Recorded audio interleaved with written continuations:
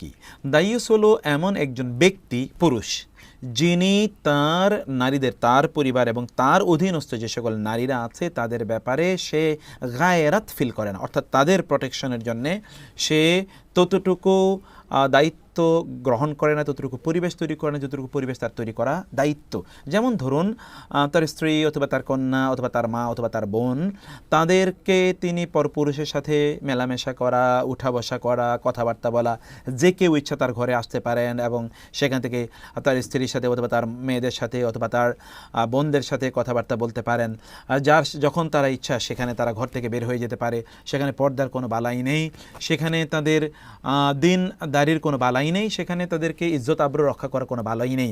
এই সকল ব্যক্তি তিনি এগুলো কোনোটাই তিনি নিয়ন্ত্রণও করেন না, কোনোটা তিনি প্রশিক্ষিত করেননি, এই সকল ব্যবস্থা তিনি করেননি।